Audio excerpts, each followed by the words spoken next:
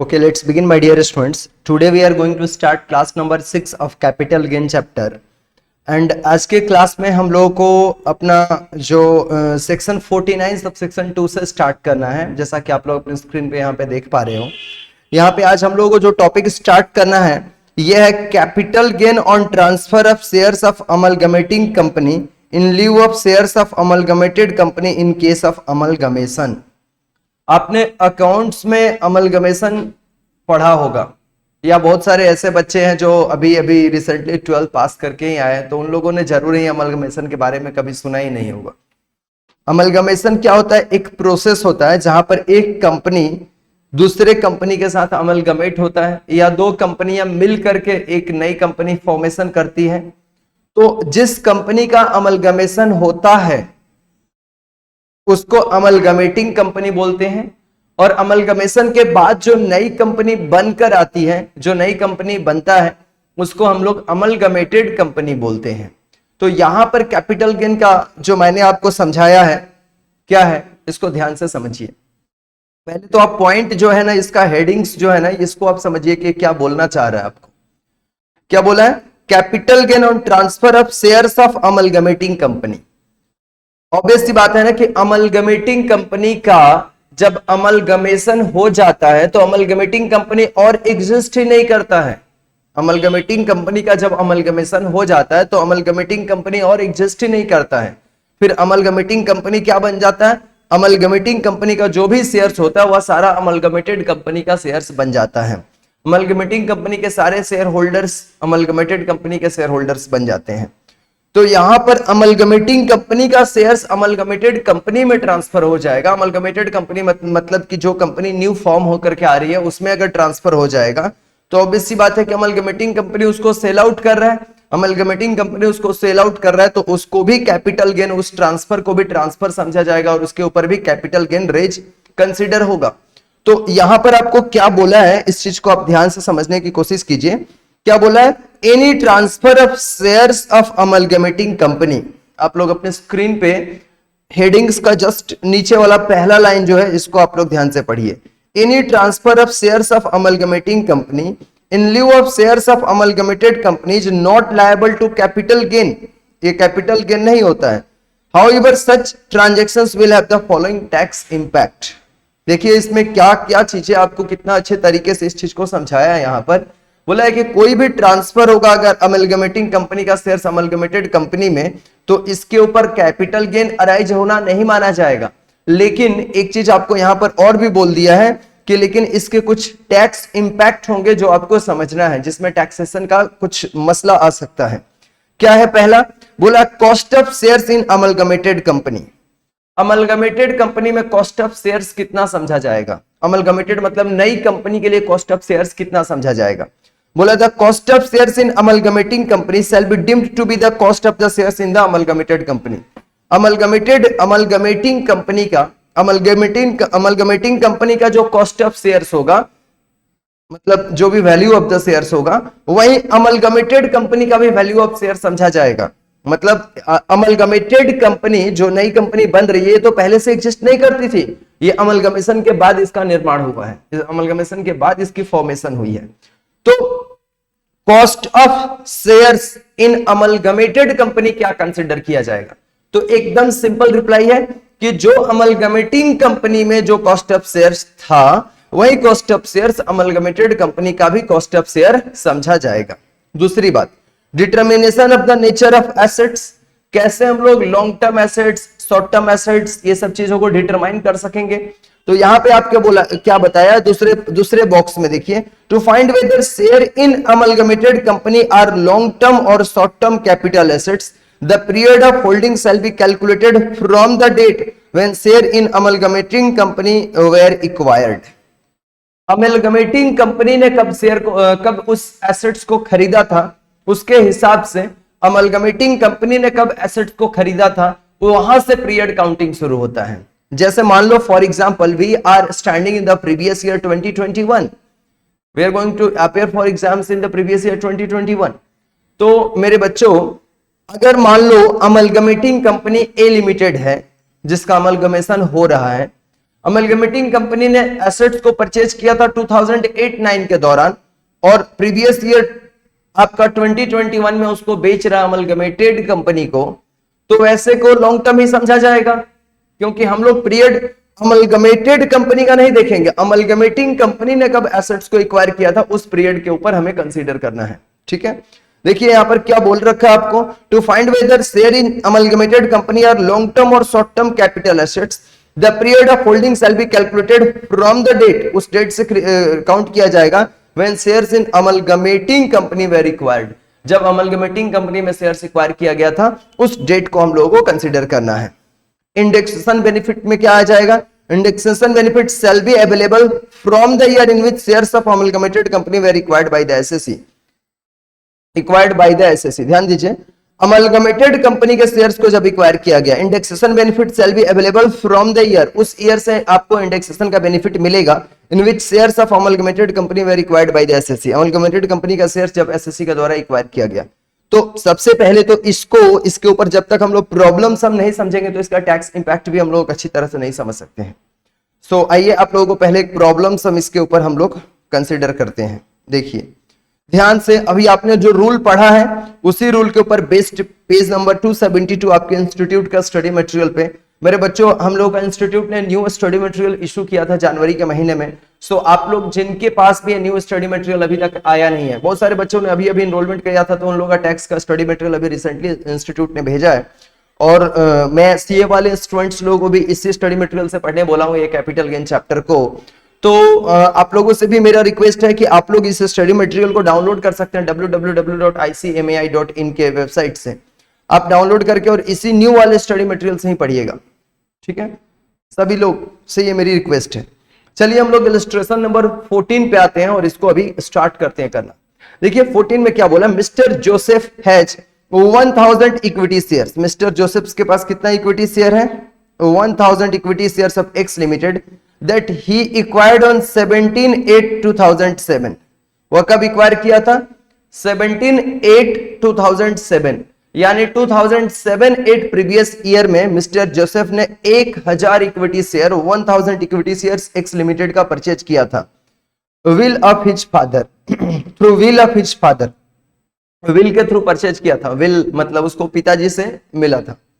फिर बोला his father acquired such shares, उसके पिताजी ने वो शेयर कब खरीदा था, वह अपने पिताजी से विल के तौर पे वह एक्वायर हुआ, उसको 1000 शेयर्स एक्स लिमिटेड कंपनी का 1000 शेयर मिस्टर जोसेफ ने एक्वायर किया थ्रू द विल, मतलब उसको पिताजी से अपने मिला है, ये 17/8/2007 को, and his father acquired such shares on 17/7/2004, यानी 2004-5 के दौरान उसके पिताजी ने उस शेयर्स को परचेज किया था through gift from his father in law, और उनको उसके पिताजी को, बहुत शानदार क्वेश्चन है, एकदम मजेदार। इस क्वेश्चन को, ऐसा क्वेश्चन एग्जाम में आ जाए तो पूरे बच्चे आधे अधूरे रह के चले आएंगे अगर आप सही से नहीं पढ़ के जाते हो तो ऐसे क्वेश्चंस को तो आपको काफी ध्यान लगा करके पढ़ के जाना होगा।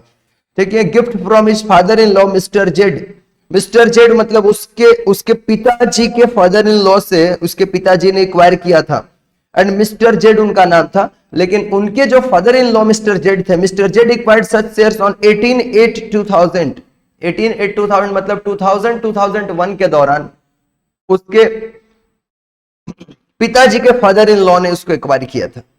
फेयर मार्केट वैल्यू, अच्छा हम लोग का इंडेक्सेशन की शुरुआत 2001-2 से हुआ है, तो देखिए ये तो पहले का प्रॉपर्टी है, 18/8/2002 मतलब 2000-2001 ईयर का प्रॉपर्टी है ना shares. Fair market value of the such shares as on, उसका फेयर मार्केट वैल्यू भी दिया हुआ है, 1/4/2001 को 18 रुपया फेयर मार्केट वैल्यू, 17/7/2004 जब उसके पिताजी ने अपने फादर इन लॉ से एक्वायर किया था तब उसका वैल्यू था, फेयर मार्केट वैल्यू था 25 रुपए करके, और जब उसने पिताजी से एक्वायर किया तब उस शेयर्स का फेयर मार्केट वैल्यू था 40 रुपीज करके। कितना करके भाई, 40 रुपीज करके, ध्यान से देखिए आप, 40 रुपया करके। अब बोला ऑन 31 मार्च 2013 को जिस कंपनी का शेयर्स था X limited amalgamated with Y limited, X limited amalgamating company है, यहां पर ध्यान से सुनिएगा एग्जांपल पूरा आपको, अमलगमेटिंग अमलगमेटेड इसमें जो कंफ्यूजन है वो कंफ्यूजन आपका दूर हो जाएगा। एक्स लिमिटेड अमलगमेटिंग कंपनी है। मतलब अब इस कंपनी का अपना इंपॉर्टेंस, अपना अस्तित्व खो जाएगा। अब वाई लिमिटेड के साथ ही हो जाएगा, वाई लिमिटेड में जाके ये मिल जाएगा। नई कंपनी जो बनकर आती है उसको अमलगमेटेड कंपनी हम लोग बोलते हैं। तो यहां पर X limited amalgamated with Y limited and amalgamated company issued. Amalgamated company मतलब वाई लिमिटेड। याद रखिएगा मेरे प्यारे भाइयों और बहनों, यहां पर अमलगमेटेड कंपनी का नाम हुआ Y limited. Amalgamated company issued its 3 equity shares for every 2 equity shares of amalgamating company. यानी एक्स लिमिटेड का जिनके पास 2 शेयर था उनको 3 शेयर दिया जा रहा है अमलगमेटेड कंपनी का। ठीक है, मतलब जिनके पास 20 है उनको 30 दिया जाएगा। जिनके पास 1000 है उसको कंप्यूट करने के लिए क्या करोगे, 1000 into 3 divided by 2 into 3 divided by 2। यानी मिस्टर जोसेफ के पास जब ये कंपनी एक्स लिमिटेड अमलगमेट होकर के वाई लिमिटेड का फॉर्मेशन हो रहा है, उस समय मिस्टर जोसेफ के पास 1000 शेयर था एक्स लिमिटेड का, और एक्स लिमिटेड अमलगमेट होकर के वाई लिमिटेड बन गया, और वाई लिमिटेड 2 शेयर्स के बदले 3 शेयर अपना इशू कर रहा है। यानी मिस्टर जोसेफ को 1000 शेयर के बदले 1500 शेयर मिलेगा। आप बोलोगे सर 1500 कैसे आ गया? 1000 इंटू 3 डिवाइडेड बाई 2 कीजिए, 2 के बदले 3 मिला उसको, तो जो मिला उसको न्यूमरेटर में रखेंगे, जो पहले था उसको डिनोमिनेटर में रखेंगे। 2 था ना, 2 के बदले 3, 2:3 का रेशियो है यहां पर। तो 3 equity shares for every 2 equity shares of amalgamating company. On 2/4/2020, 2 अप्रैल 2020 की बात है, mister Joseph sold 1000 shares of Y limited to one of his friend for ₹38 each। 38 rupees करके वह बेच दिया।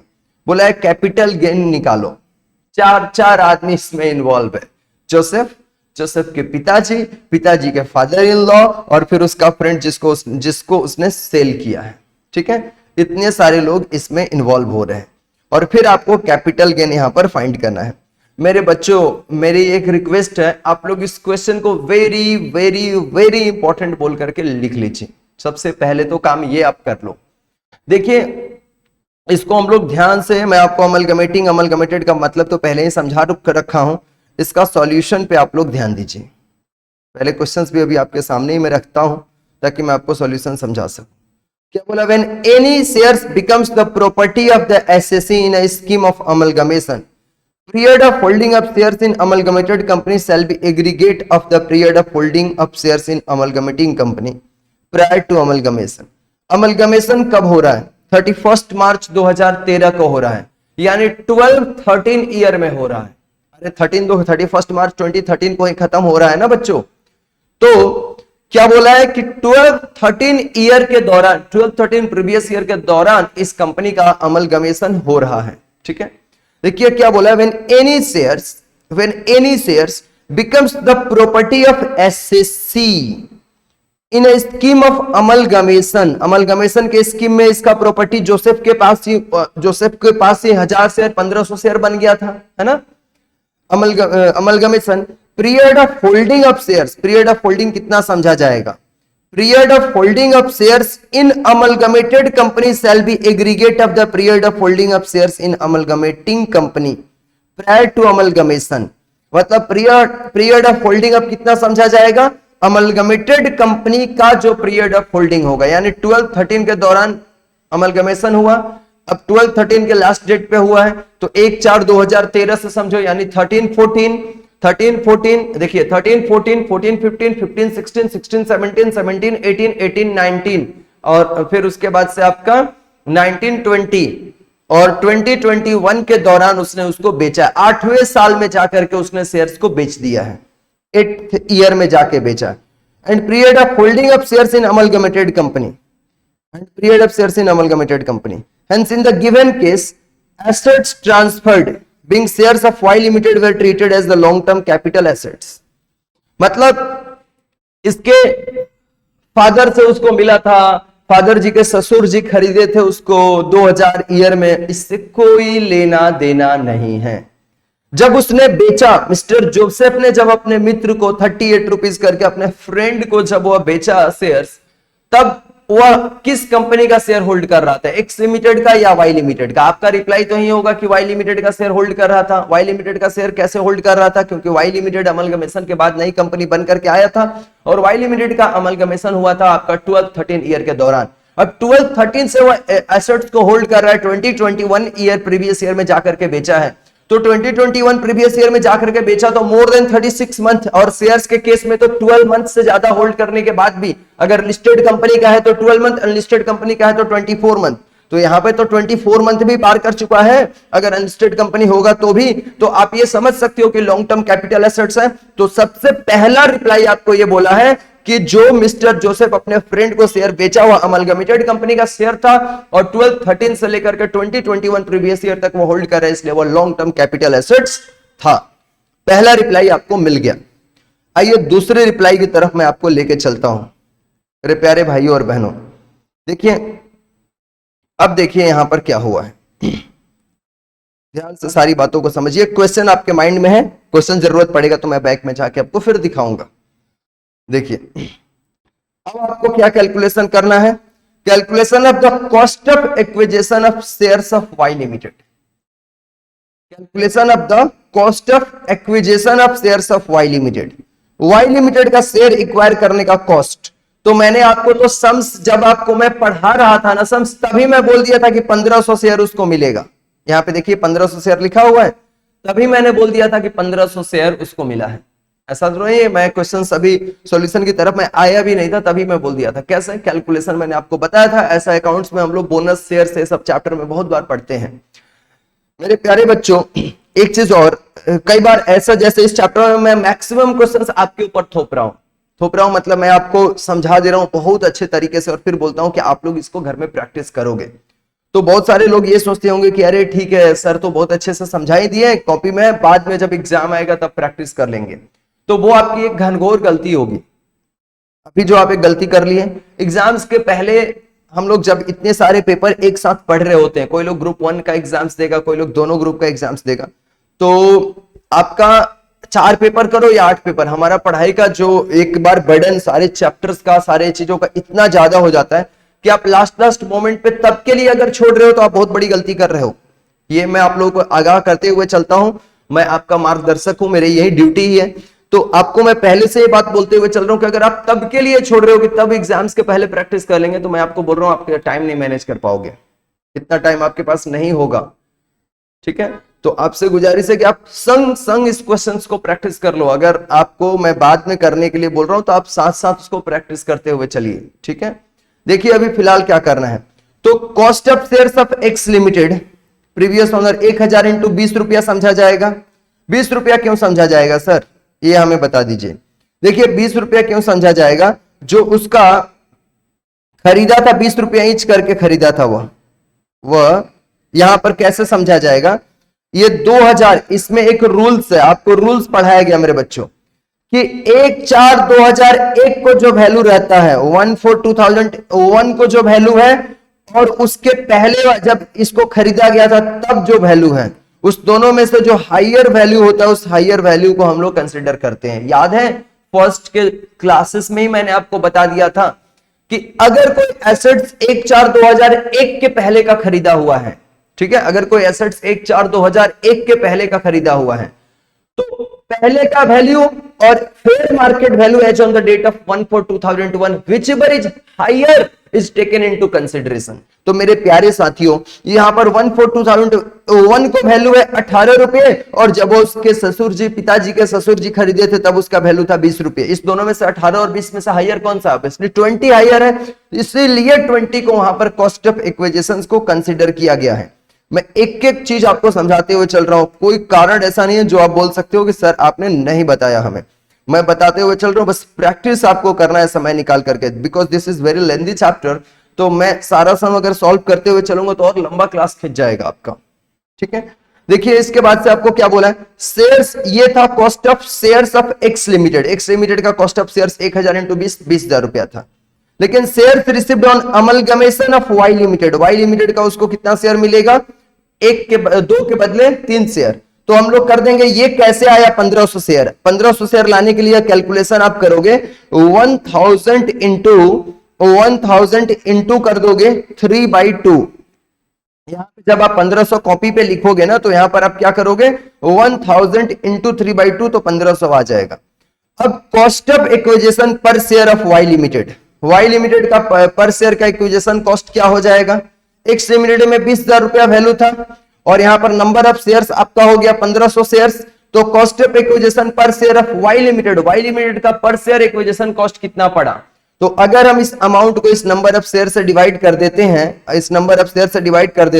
तो cost of acquisition per share of Y limited पता चल जाएगा। यानी मिस्टर जोसेफ उस समय खरीदा था वाई लिमिटेड जब अमलगमेशन हो रहा था, तो मिस्टर जोसेफ के लिए कॉस्टिंग कितना रुपया पड़ा, 13 रुपीज 33 पैसे पड़ा, 13 रुपीज 33 पैसे पड़ा।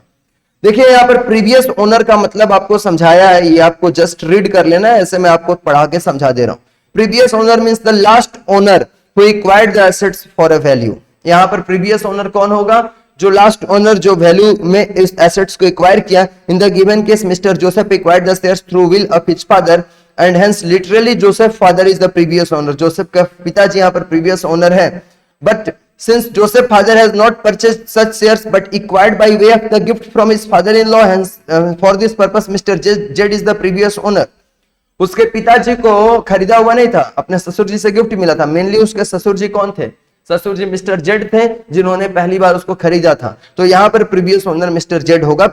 ये आपको प्रीवियस ओनर का डेफिनेशन एग्जाम में लिख के दिखाने की जरूरत नहीं है मेरे प्यारे बच्चों। 13.33 रुपीज तक आपने दिखा दिया, दैट्स इनफ, आपको और आगे दिखाने की कोई जरूरत नहीं है। अब यहाँ पर कैपिटल गेन हम लोग कंप्यूट करने जा रहे हैं। देखिए कैपिटल गेन हम लोग कैसे कंप्यूट करेंगे। यहाँ पर इसको बेचा किसने, लास्टली प्रीवियस ईयर 2021 के दौरान अपना जोसेफ ने उसको सेल किया, अपने फ्रेंड को सेल किया। तो फ्रेंड को कितना रुपीज करके उसने सेल किया है, यहाँ पे देखिए सेल्स कंसिडरेशन 1000 शेयर्स उसने बेचा है 38 रुपीज करके।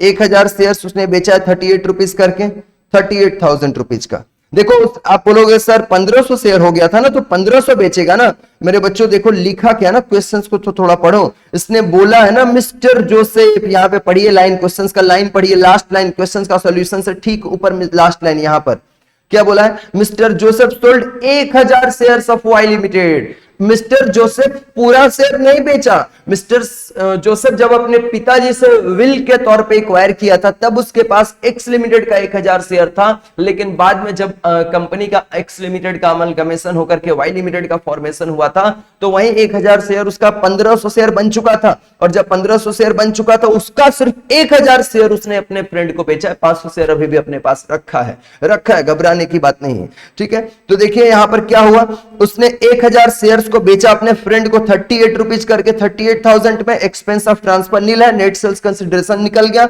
इंडेक्स कॉस्ट ऑफ एक्विजिशन आप फाइंड कर रहे हो, इंडेक्स कॉस्ट ऑफ एक्विजिशन। तो एक्विजिशन का कॉस्ट कितना होगा, एक्विजिशन का दाम अभी अभी मैंने आपको 13 रुपीज 33 पैसे निकाल करके दिखाया। तो 1000 इंटू 33.33 हो गया टोटल, जो भी मल्टीप्लाई करके आएगा।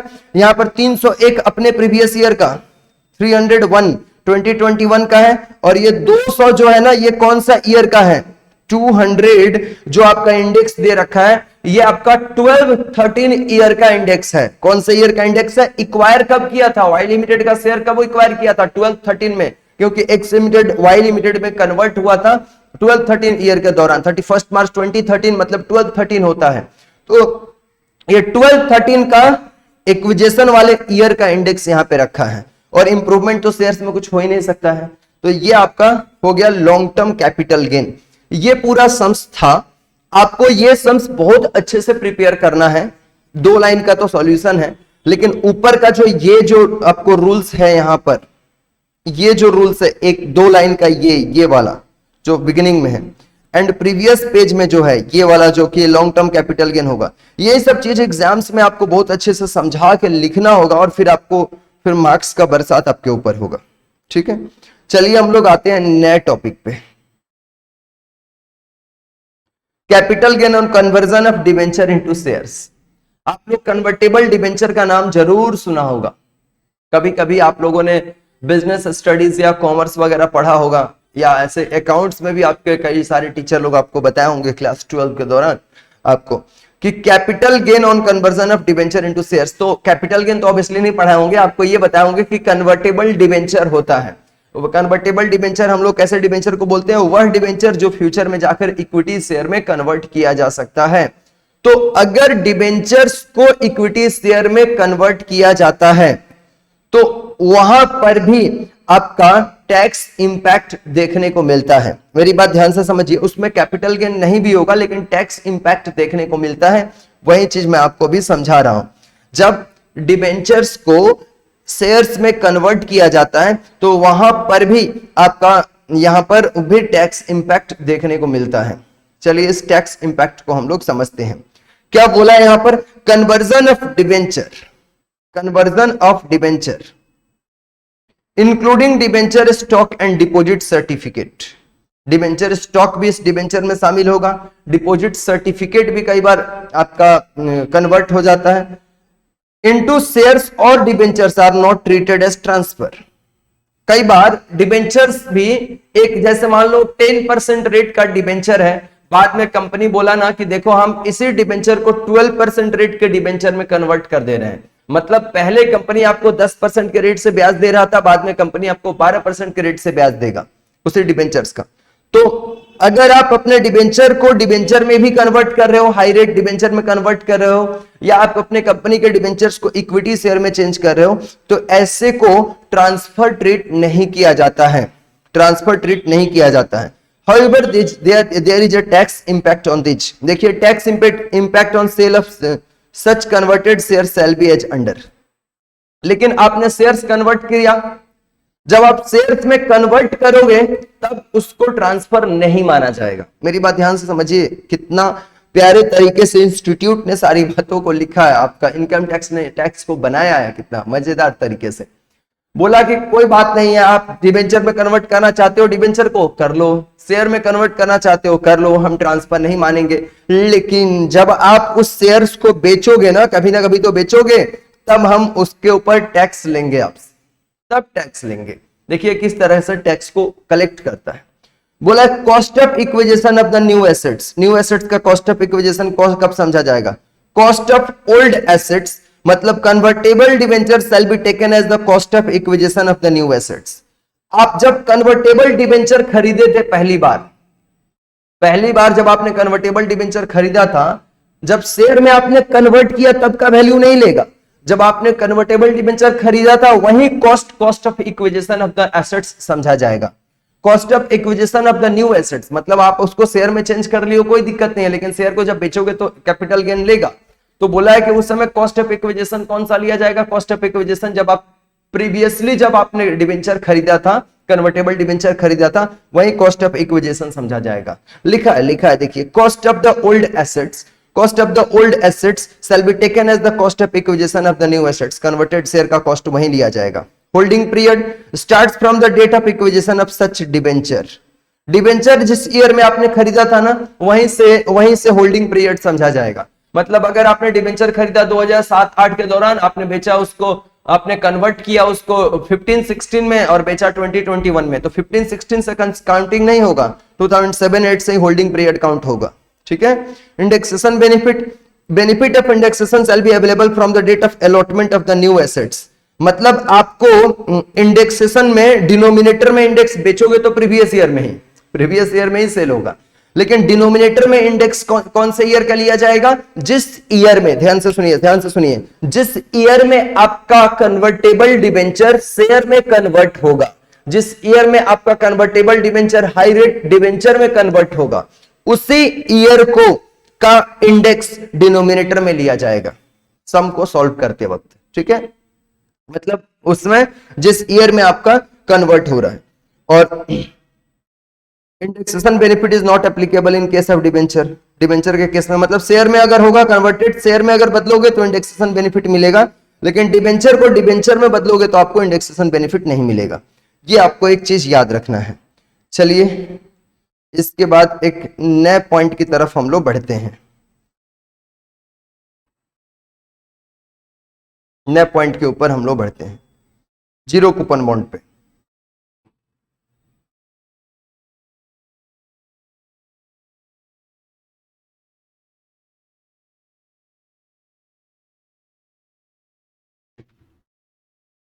देखिए जीरो कूपन बॉन्ड से अब हम लोग समझेंगे कि जीरो कूपन बॉन्ड क्या होता है।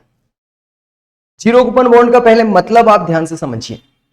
As per section 2 subsection 48, zero coupon bond means a bond issued by an infrastructure capital company or infrastructure capital fund or public sector company और scheduled bank.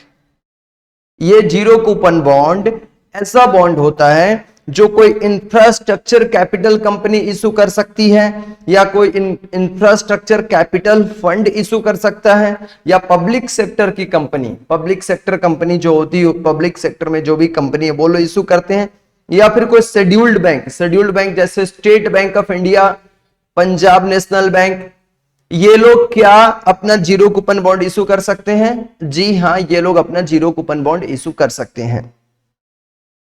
In respect of which, आगे पढ़िए, in respect of which no payment and benefit is received or receivable before maturity. मतलब ये zero coupon bond अगर ये लोग issue करते हैं तो ऑब्वियसली फंड रेज करने के लिए इशू करते हैं।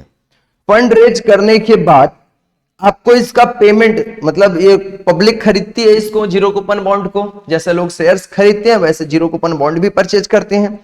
तो जीरो कूपन बॉन्ड का आपको पेमेंट कब मिलेगा?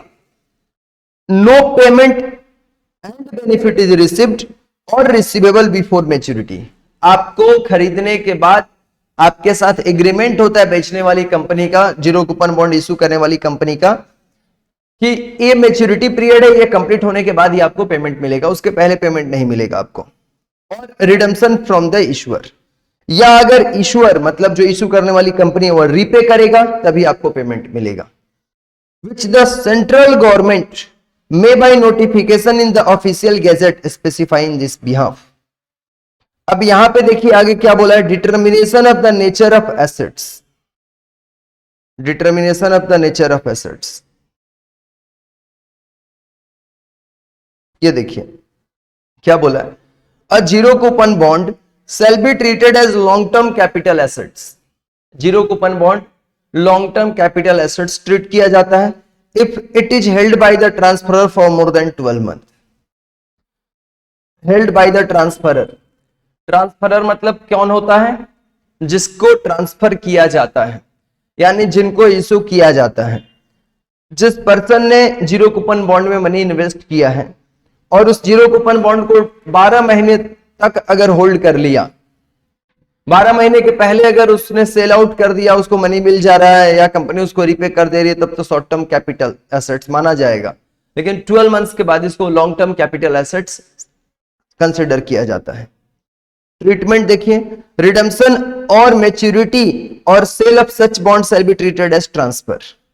अगर इस तरह के एसेट्स को रिडीम किया जाता है, इनका अगर रिडम्पशन होता है या सेल होता है, तब इनको रीपे होता है। जैसे कंपनी इनको मनी रीपेमेंट कर दिया या इन लोगों ने इसको किसी और पर्सन को सेल आउट कर दिया, तब इसको ट्रांसफर किया जाता, समझा जाता है। और ट्रांसफर होते ही तो कैपिटल गेन अराइज होगा, तो इसका टैक्स इंपैक्ट क्या है ये आपको मैं समझाने ले चल रहा हूं। देखिए, tax impact on sale or redemption of the maturity of zero coupon bond shall be treated as under. Sales consideration कितना समझा जाएगा? रिडम्पशन प्राइस मतलब जिस कंपनी ने इनको इशू किया था वह कंपनी रिडम्पशन के समय यानी रीपेमेंट के समय जीरो कूपन बॉन्ड के होल्डर को कितना पैसा रिडम्पशन प्राइस दे रही है, या मैच्योरिटी के समय कितना वैल्यू रिटर्न कर रही है, या इन लोगों ने किसी और पर्सन को बेच दिया है ये जीरो कूपन बॉन्ड तो इनको कितना पैसा मिला है, वही अमाउंट को सेल्स कंसिडरेशन समझा जाएगा। मतलब अगर रिडम्पशन से मिल रहा है तो अगर ये लोग बेच रहे हैं तो मतलब बेचने वाले को जो भी मनी मिलेगा उस समय ट्रांसफर के समय वही सेल्स कंसिडरेशन समझा जाएगा। Cost of acquisition of the new assets as usual लिया जाएगा। Cost of acquisition, determination of the nature of assets, 12 महीने से ज्यादा होल्ड करेगा तो लॉन्ग टर्म कैपिटल एसेट्स समझा जाएगा। Indexation benefit shall not be available, यहां पर इंडेक्सेशन बेनिफिट अवेलेबल नहीं होगा। टैक्स रेट, किस रेट से टैक्स लेगी government? Long term capital gain on such bond shall be taxed at 10% without indexation. 10% के रेट से direct long term capital gain ही इसमें होता है हमेशा, क्योंकि 12 महीने से ज्यादा ही होल्ड होता है नेचुरली ये। तो 12 मंथ से ज्यादा के बाद अगर ये सेल आउट हो रहा है या रिडीम हो रहा है या फिर मैच्योरिटी इसका कंप्लीशन हो रहा है, 12 महीने के बाद इसको अगर सेल आउट किया जाता है तो इसके ऊपर 10% के रेट से गवर्नमेंट टैक्स कलेक्ट करती है। कितने परसेंट के रेट से गवर्नमेंट टैक्स कलेक्ट करती है? 10% के रेट से गवर्नमेंट टैक्स कलेक्ट करती है। अच्छा, इसके बाद देखिए मेरे बच्चों, tax treatment in hands of the issuing company. Issuing company के हैंड में क्या टैक्स ट्रीटमेंट होता है? डिस्काउंट। डिस्काउंट किसको समझते हैं? The difference between the amount receivable by the issuing company and the amount payable by such company on maturity or redemption of such bond. Amount receivables यानी discount shall be allowed is deduction.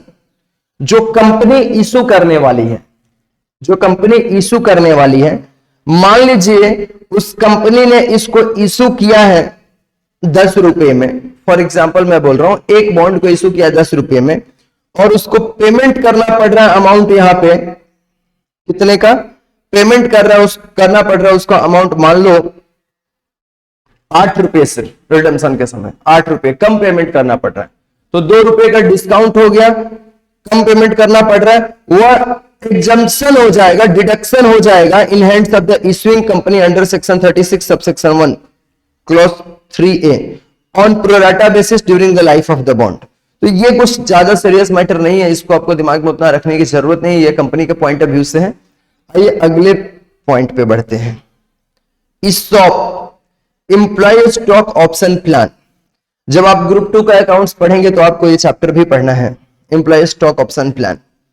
देखिए यहां पर क्या है employ stock option plan के case में, इसमें बहुत सारी बातें लिखी गई है, प्रॉब्लम सम भी है इसके ऊपर, ध्यान से देखिएगा आप लोग। ESOP के केस में when shares or securities are issued, ध्यान से, when share or securities are issued directly or indirectly by the employer company to its employee, employer company अपने एम्प्लॉय को जब शेयर और सिक्योरिटीज इशू करती है then tax treatment shall be as under. तब इसका टैक्स ट्रीटमेंट कैसे होता है?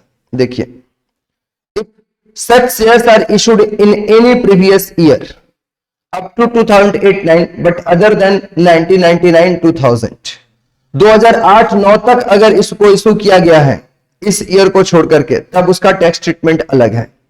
देखिए कैसे, tax treatment under the head salaries में होगा, nothing shall be taxable as perquisites. Tax treatment under the head salary, कोई परक्यूजिट्स नहीं समझा जाएगा।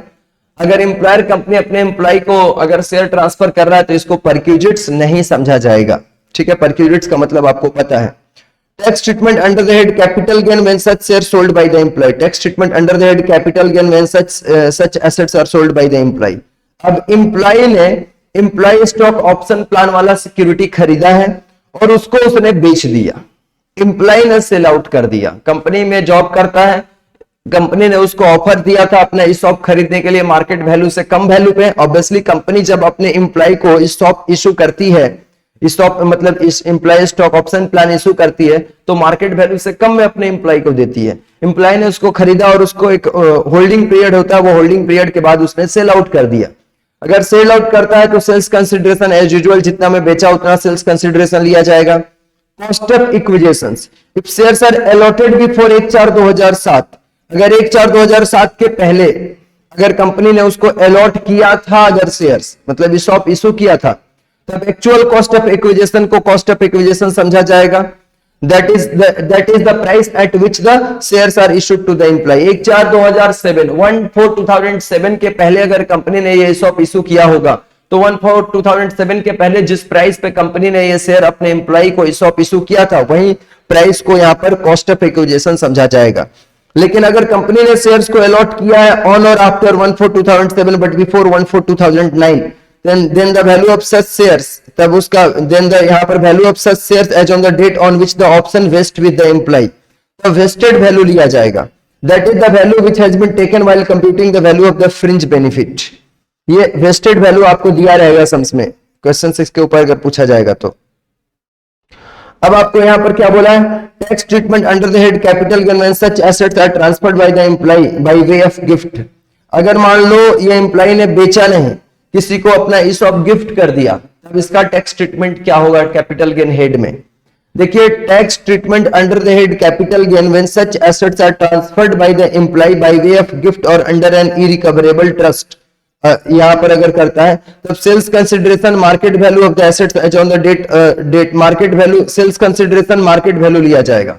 अब गिफ्ट कोई करता है तो थोड़े ना पैसा लेता है, मान लो गिफ्ट किया, या अगर मान लो ट्रस्ट के थ्रू वो ट्रांसफर कर रहा है तो 5 रुपया में ट्रांसफर कर दिया, तो 5 रुपया सेल्स कंसिडरेशन तो नहीं समझा जाएगा। किसी को ऐसे प्यार मोहब्बत में आकर के गिफ्ट कर दिया तो कोई पैसा ही नहीं लेगा, तो सेल्स कंसिडरेशन उस दिन कौन सा समझा जाएगा? Sales consideration market value of the assets as on the date of the transfer by way of gift, gift के थ्रू अगर वह ट्रांसफर करता है तो उस जिस डेट पे वह गिफ्ट देता है उस डेट पे उसका मार्केट वैल्यू एसेट्स का कितना, वही सेल्स कंसिडरेशन समझा जाएगा। कॉस्ट ऑफ एक्विजिशन क्या समझा जाएगा? अगर 1/4/2007 के पहले है तब एक्चुअल कॉस्ट ऑफ एक्विजिशन लिया जाएगा, और अगर उसके बाद अलॉट हुआ है तब वेस्टेड वैल्यू लिया जाएगा, वेस्ट वैल्यू लिया जाएगा। वही सेम प्रीवियस वाला ही पूरा रूल्स एकदम सेम टू सेम है। इसके बाद देखिए यहां पर अगर शेयर्स को, इफ शेयर्स आर इशूड, ये रूल्स है पूरा भाई, if shares are issued in the previous year 1999 2000 1999 2000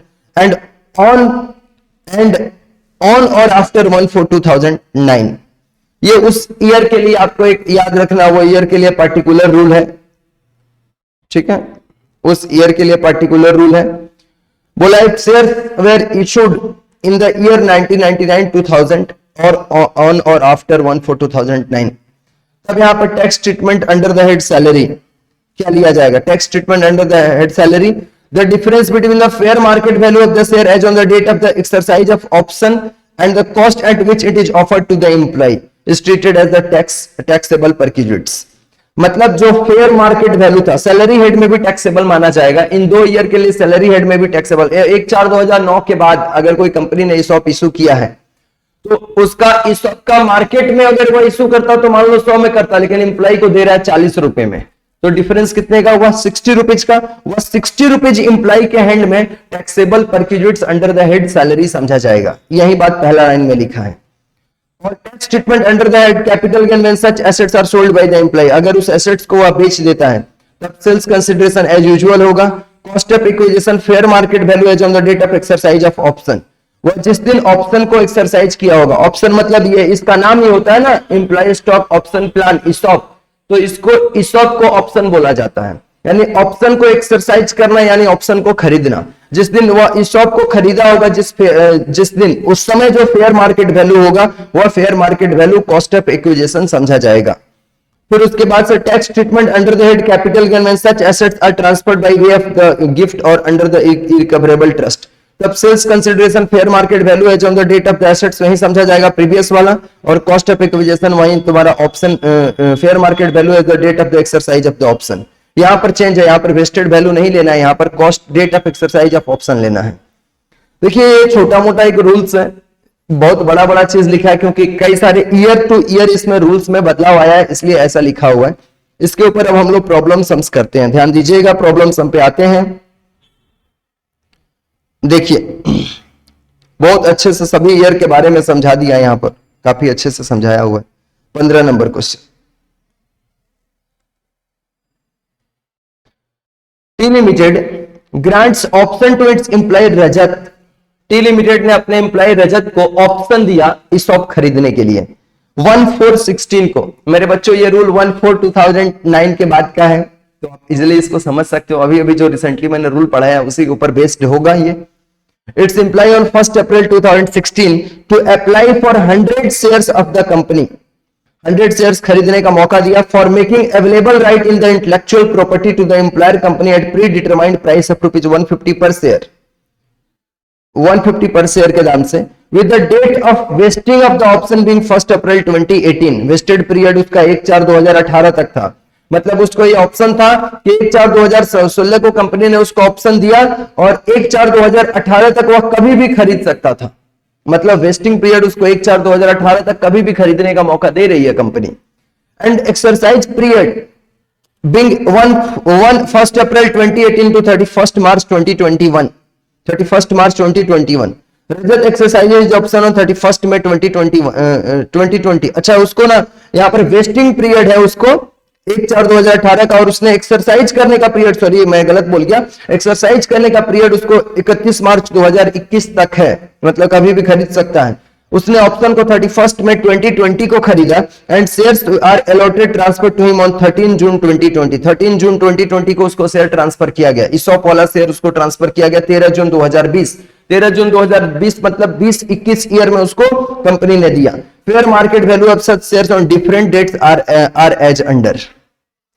1/4/2016 को उसका फेयर मार्केट वैल्यू था 470 उसका वैल्यू था, लेकिन उसको खरीदने का मौका दिया गया था 150 रुपए में। देखो 150 रुपए पर शेयर में उसे खरीदने का मौका कंपनी ने दे रखा था।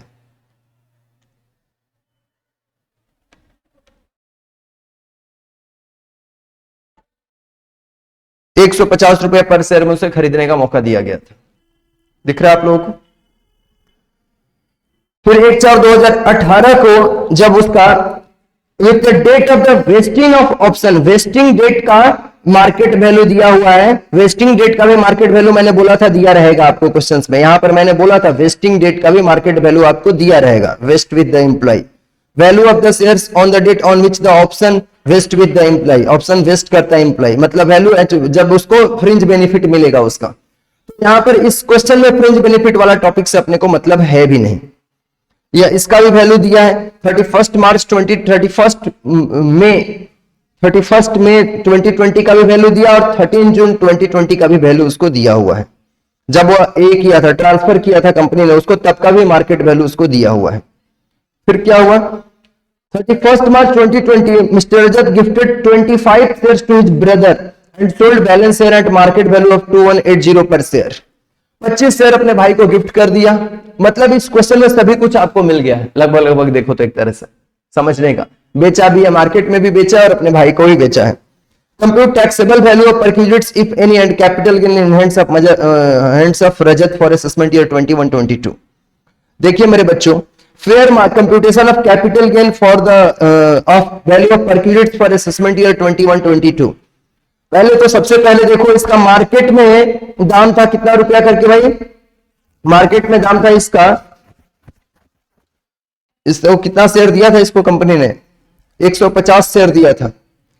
तो पहले तो देखो इसका 31 मार्च 2020 को इसने खरीदा है, कब वेस्ट किया था वह 31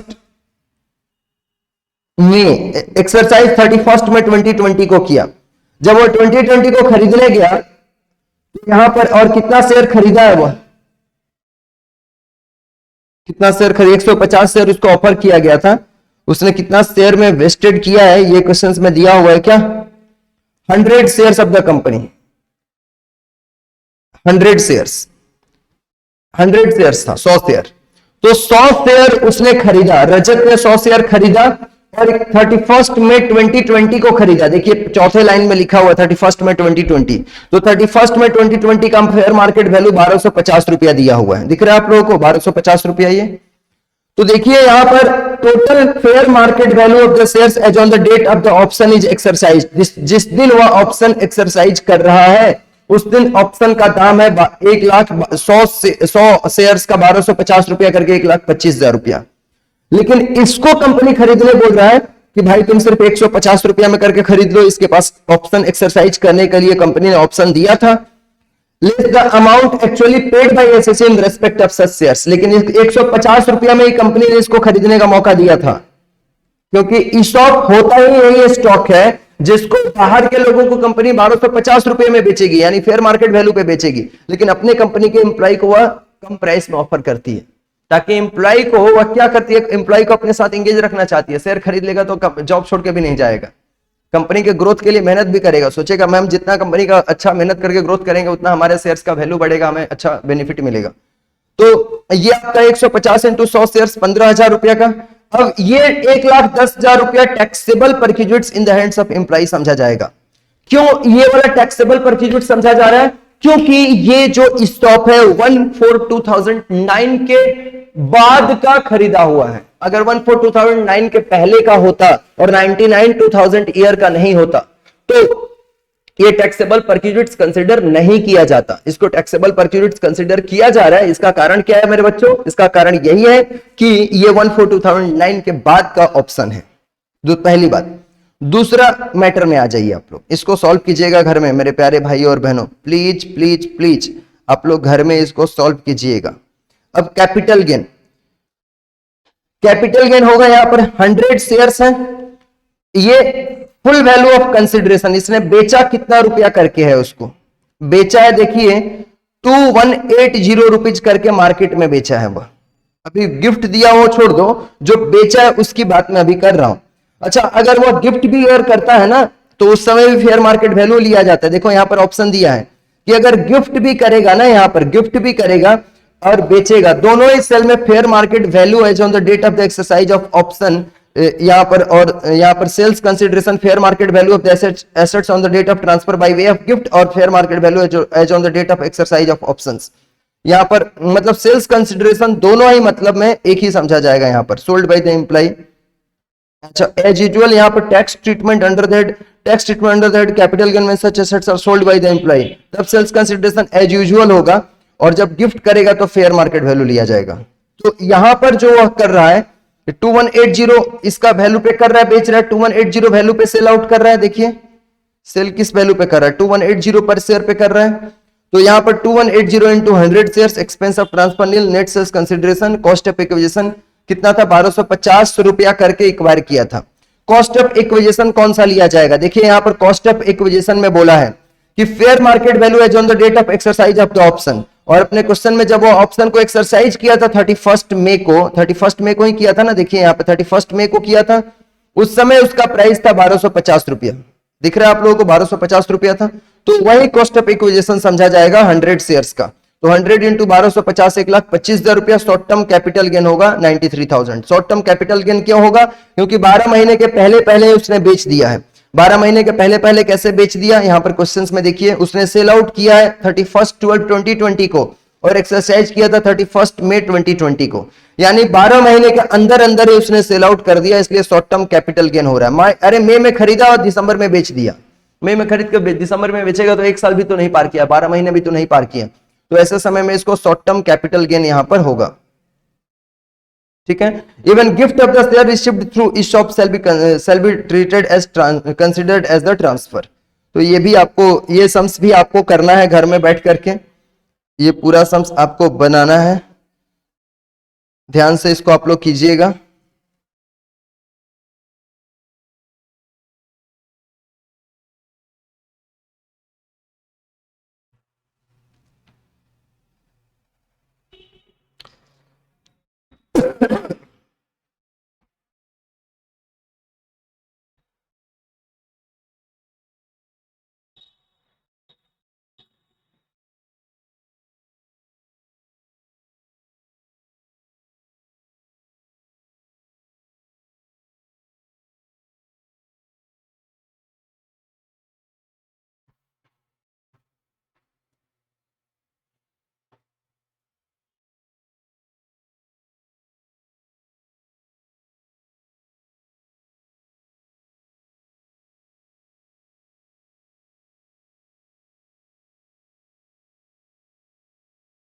चलिए ये वाला टॉपिक पे आप लोग आ जाइए।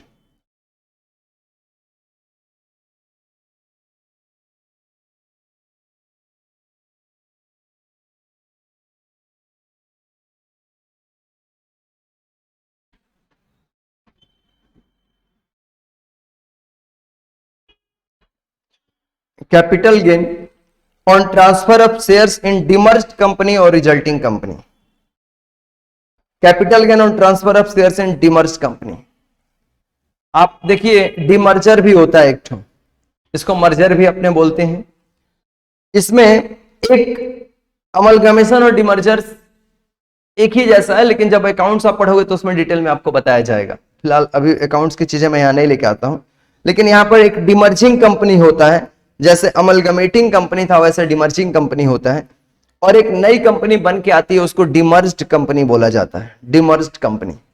तो अगर डिमर्ज्ड कंपनी में शेयर ट्रांसफर होगा, जिसको रिजल्टिंग कंपनी भी हम लोग बोलते हैं, रिजल्टिंग कंपनी, तो ऐसे समय में भी कैपिटल गेन किस तरह से आएगा, उसका टैक्स इंपैक्ट इसको अपने समझना है।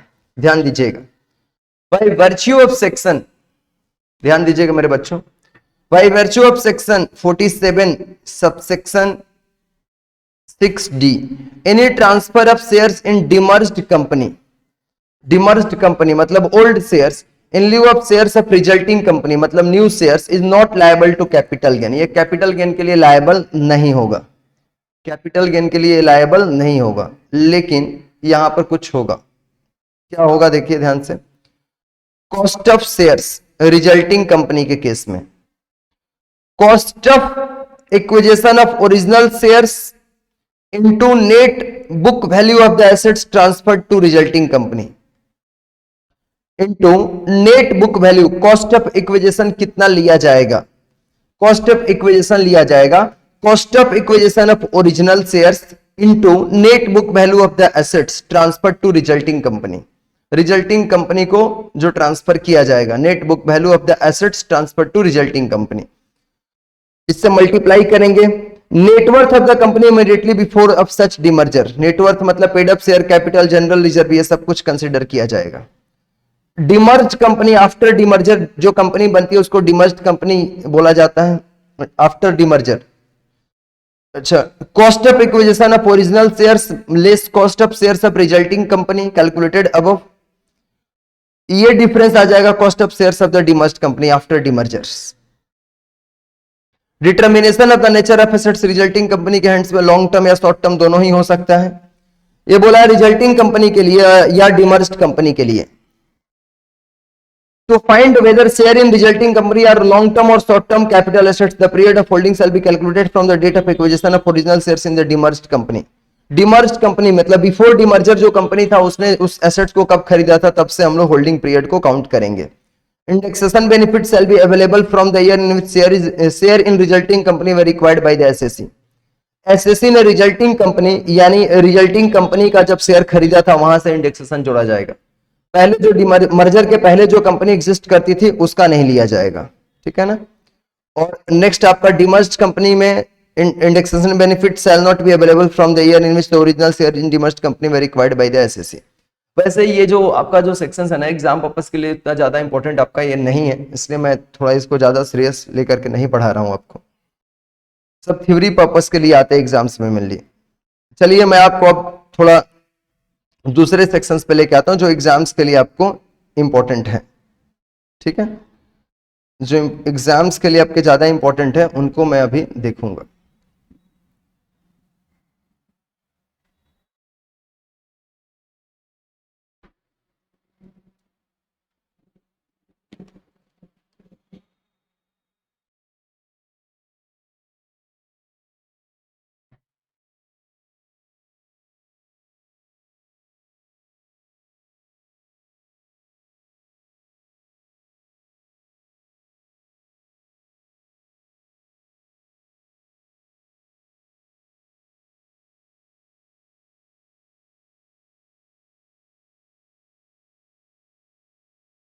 चलिए मैं आपको बता देता हूं,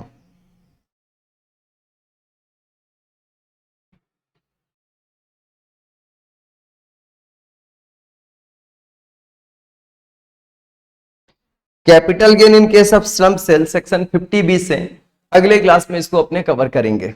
आज का क्लास में यहीं तक आपको रखते हैं। मैं कोशिश करता हूं आपको कि एक सैटरडे के पहले भी एक क्लास इसका मैं आपको भेजूं, कम से कम 40 मिनट्स का भी एक क्लास भेजूं ताकि ये जल्दी जल्दी कवर हो जाए। चलिए आज का क्लास आप कहीं पे स्टॉप करते हैं। Thank you so much.